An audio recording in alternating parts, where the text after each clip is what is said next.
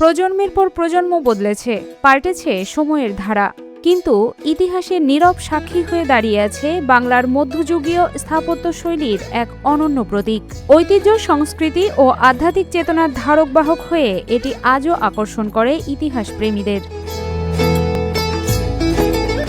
ইতিহাস থেকে জানা যায়, প্রায় ৩৩০ বছর আগে ১৬৯৬ খ্রিস্টাব্দে বর্তমান যশোর সদর উপজেলার চাচড়া গ্রামে এই মন্দিরটি নির্মাণ করেন।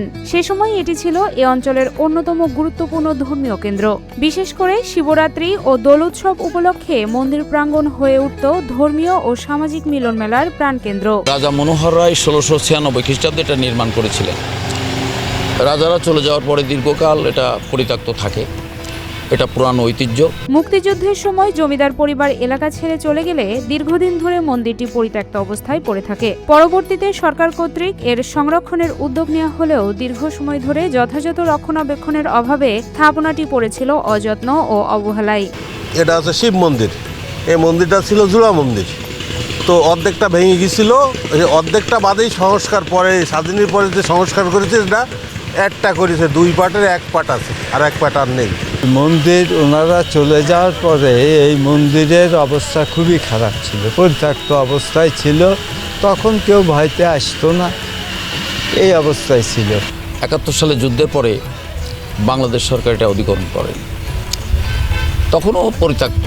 অধিগ্রহণ করার পরেও পরবর্তীতে স্থানীয় হিন্দু সমাজের সিদ্ধান্তে এখানে পুনরায় পূজা অর্চনা শুরু করা হয়। প্রত্নতত্ত্ব অধিদপ্তরের তত্ত্বাবধানে ২০১৫ সাল থেকে প্রতি বছর ১৩ ও ১৪ এপ্রিল মন্দিরটিতে বিশেষ পূজার অনুমতি প্রদান করা হয়। এরপর থেকে প্রতি বছর ফাল্গুন মাসের কৃষ্ণপক্ষের চতুর্দশী তিথিতে মহাশিবরাত্রি উপলক্ষে এখানে বৃহৎ পরিসরে পূজা অনুষ্ঠিত হয়ে আসছে। আমরা বললাম যে পুজো পার্বণের অনুমতি দেওয়া হয়, তাহলে এই পরিবেশটা ভালোর দিকে যাবে।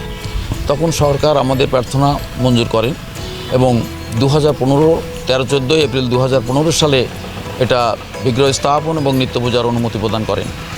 সেই অবধি এখানে নিত্য পুজো হয়ে আসছে। উৎসবের দিনগুলোর পাশাপাশি প্রতিদিনই ইতিহাস ও স্থাপত্যের টানে দর্শনার্থীরা মন্দিরটি দেখতে ভিড় জমান। দূর দূরান্ত থেকে আগত মানুষ শুধু ধর্মীয় অনুভূতিতেই নয়, এর প্রাচীন টেরাকোটা নির্মাণ শৈলী ও ঐতিহাসিক গুরুত্ব উপভোগ করতেও আসেন এখানে। আমার বাড়ি হলো ঝিনাইদহ, শৈলকুপা।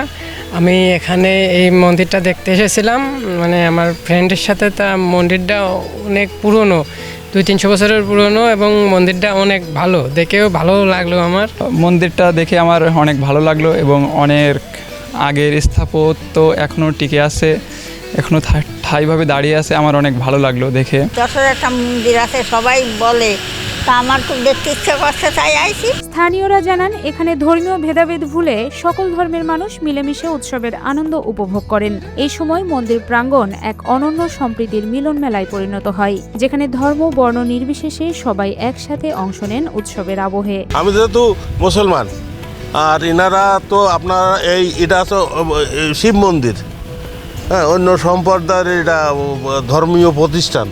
তো এখানে আমরা সম্মিলিতভাবে সবাই আমরা এটা দেখে শুনে রাখি, যাতে এখানে কোনো সমস্যা না হয়। আর কোনো সমস্যা হলে তো আমরা আছি, আমরা এটা প্রোটেকশনের আগেও একাধবার হয়েছে, চেষ্টা করেছি। আমরা এটা দেয়নি যে না, এখানে এই সমস্ত হবে না।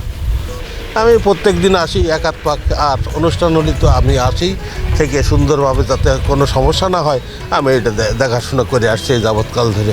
প্রত্নতত্ত্ব বিভাগের সহায়তায় কিছু কাজ সম্পন্ন হলেও মন্দিরটির ঐতিহ্য রক্ষায় এখনও আরও ব্যাপক সংস্কার ও সংরক্ষণ কার্যক্রমের প্রয়োজন রয়েছে বলে মনে করেন স্থানীয়রা। যথাযথভাবে সংরক্ষণ করা গেলে এই প্রাচীন স্থাপনাটি কেবল ধর্মীয় গুরুত্বই নয়, বরং দেশের ইতিহাস ও ঐতিহ্যকেও আরও সমৃদ্ধ করবে। এই পুরনো ঐতিহ্য এটা মুছে যাক কেউ চায় না, সরকারও চায় না।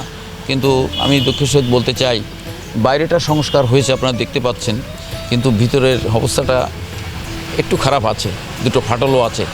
আমি বহুবার অফিসারকে বলেছি, স্যার যদি সম্ভব হয় তাহলে গর্ভগৃহটা একটু সংস্কার ব্যবস্থা করুন। এটা হলে পরে জাতি, দেশ সবাই কৃতজ্ঞ থাকবে সবার কাছে, যে বহিরাগত যারা বিদেশ থেকেও আসে তাদের কাছেও আমরা কৃতজ্ঞ থাকবো। শতাব্দীর পর শতাব্দী ধরে ইতিহাস, ঐতিহ্য ও সম্প্রীতির বার্তা বহন করে চলেছে এই প্রাচীন শিব মন্দির। যথাযথ সংরক্ষণ ও পরিচর্যার মাধ্যমে এর ঐতিহাসিক গুরুত্ব আগামী প্রজন্মের কাছেও পৌঁছে দেওয়া সম্ভব হবে, যা দেশ ও জাতির ইতিহাসকে আরও উজ্জ্বল করে তুলবে।